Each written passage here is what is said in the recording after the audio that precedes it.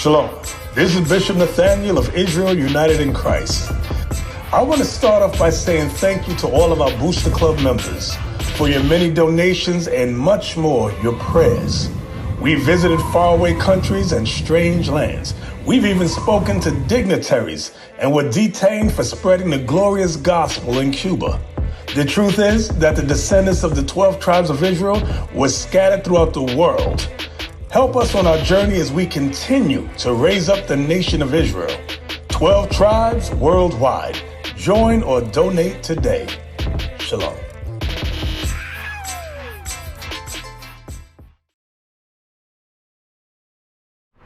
You didn't know. Black is just a color. That's not your national ethnicity. Now, Jesse Jackson in 1988, right? He came with the term African American. We start calling ourselves African American. So which one are we? Are we African American? Are we black? We Negro? What? How come is it our nation with the only nationality that changes every so often? My granddaddy, his birth certificate, you know what his ethnicity is on his birth certificate? Color. Color. That is not a nationality. This is proof right here of, I'm gonna show you a prophecy that the Most High spoke about his people. Because that's what I'm out here to show you, is that you are God's chosen people. Right. You come from the 12 tribes of Israel. This is your true identity. The Bible ain't no fairy tale book, my brother. Right. The Bible is the historical records of your ancestors. Right. That's what we out here to show and prove. Read this, watch this. Deuteronomy 28, verse 37. Come on. And thou shalt become an astonishment. An astonishment is a great amazement. When you look at the conditions our people in today, it's a great amazement to the other nations to see what we go through. That's a great amazement. That's an astonishment, bro. Watch this. A proverb. A proverb, that's a wise saying. Like if you want to hide something from a Negro, you put it in a book. That's a proverb. That's a wise saying. But guess what? It's true. Because our people don't read. A lot of times we like to go off face value. We don't try to read. Read. And a byword. And a byword, that's what I wanted to get to, bro, because you said that you was black. Black is a byword. African American is a byword. Negro is a byword. Those are names called outside your God-given name. That's not your national ethnicity by nation or race. You are an Israelite according to the Bible, bro. That's right. And I'm gonna prove it if you listen, because what I'm bringing out, I'm showing you that the Bible is true. Right. I mean, I read the book. We and my partners, we brotherhood. So okay. We read the Bible. We give our personal opinion. So what's your personal opinion? Father. Because you say you read the Bible. Do you know that this is your book? Yeah. So you know that you're an Israelite. I mean, that's where a lot of, because I mean, they look just like me and you. You know what I'm saying? Okay. Am I wrong? You're right. But however, when I asked you what your nationality was, you said black. You asked me about my nationality. You asked me about the book. But this book was written by people to a people for a people, don't you? Right. So what the book that we're reading about is about the nation of Israel. Who wrote the book? Huh? Who wrote the book? Give me Psalm 68 and 11. I'll show you who wrote the book. The prophets wrote the scriptures because back then during those times it wasn't in this format as a book. It was on scrolls. So like for example, they were the ones that translated. What you about to read? King James. Okay. Do you know the difference between an author and an authorizer? No.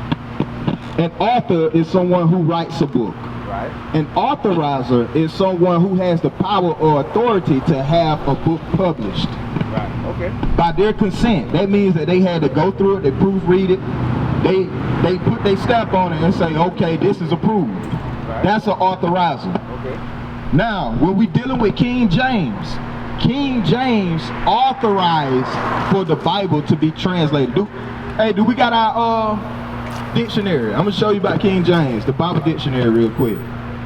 He authorized for the scriptures to be translated from Hebrew to Greek to Latin to English. Why? Because these people on this chart that I'm about to get in to show you, The places that they are at today, they are not in their homeland. They're not speaking their native tongue. Their native tongue is not their primary language. Like, for example, what do me and you speak? So therefore, King James had to authorize for the Hebrew scriptures to be translated in English so that you could understand it, so that you could still receive the salvation. Because if I came out here and said, Kwan Yasharala Ba'Shem Yahweh Shabbarakatah, what did I just say? See, I just spoke to you in Hebrew. This is the whole point that I'm making. The whole point is you don't understand the Hebrew tongue. So that's why it had to be translated in the language that you can speak, that you understand. All right, read this by King James. This is the Solomon Compact Bible Dictionary, King James Version. When Elijah died in 1603, the crown passed to James I, who had been king of Scotland for 37 years. And this was during the Dark Ages, because King James, contrary to popular belief, King James is a so-called black man. He was an Israelite.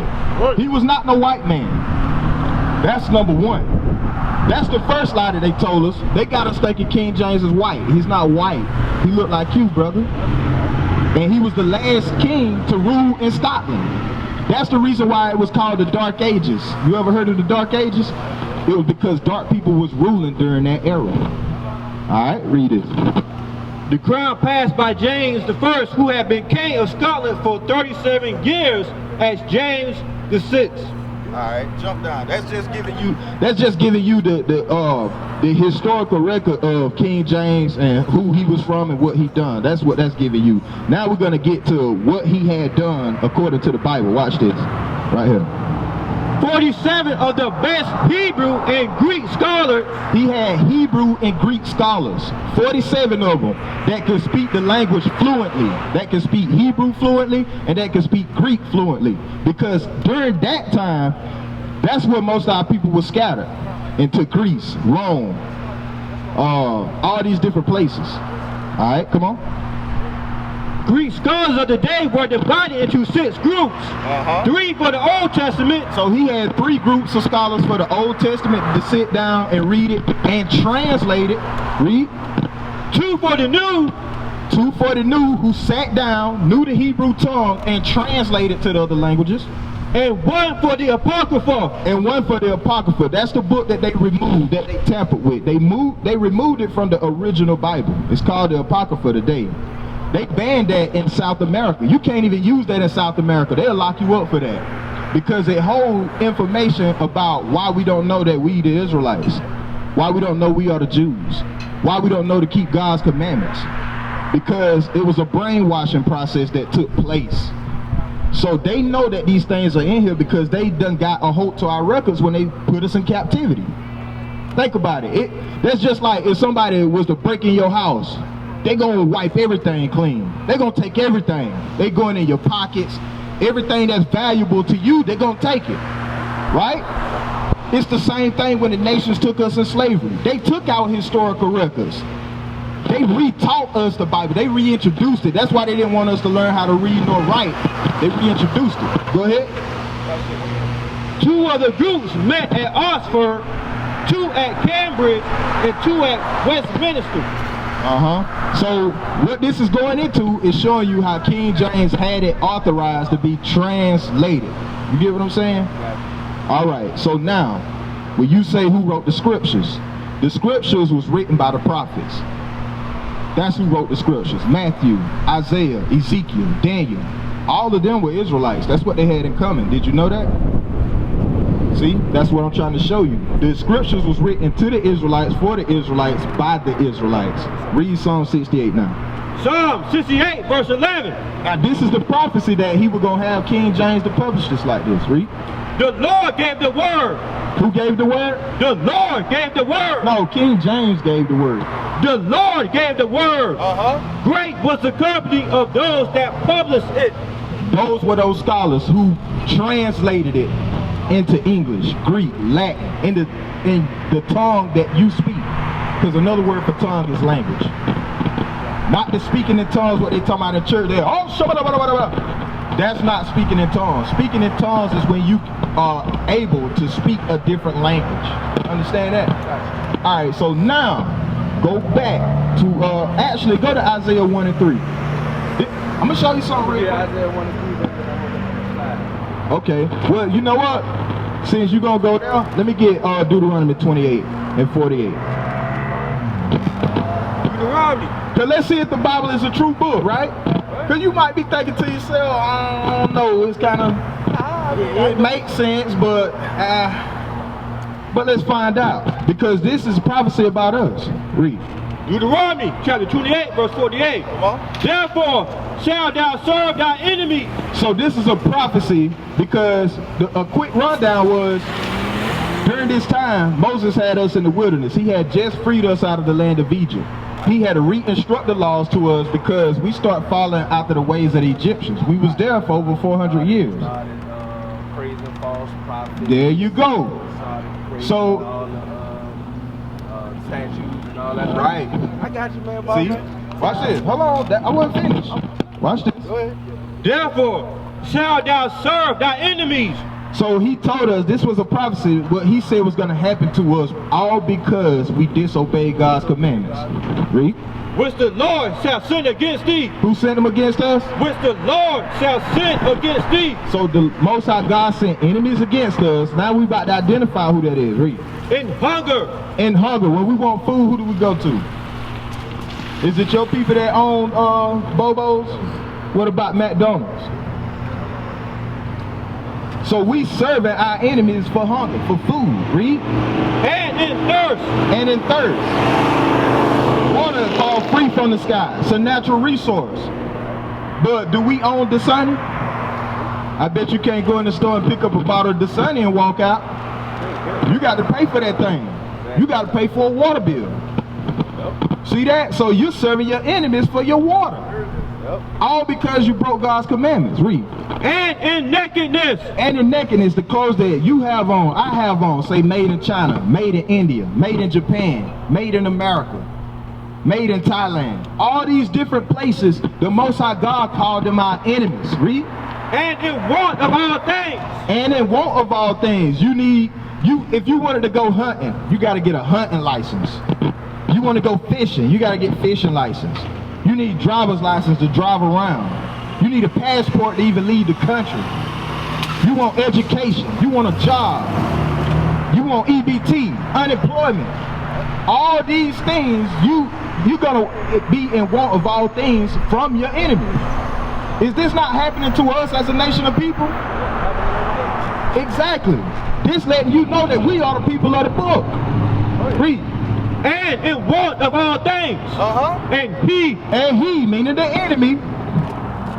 Come on. And he shall put a yoke of iron upon thy neck. He should do what? And he shall put a yoke of iron upon thy neck. This is evident that this happened to us. What other nation of people did this happen to? See that? These are the yokes of iron.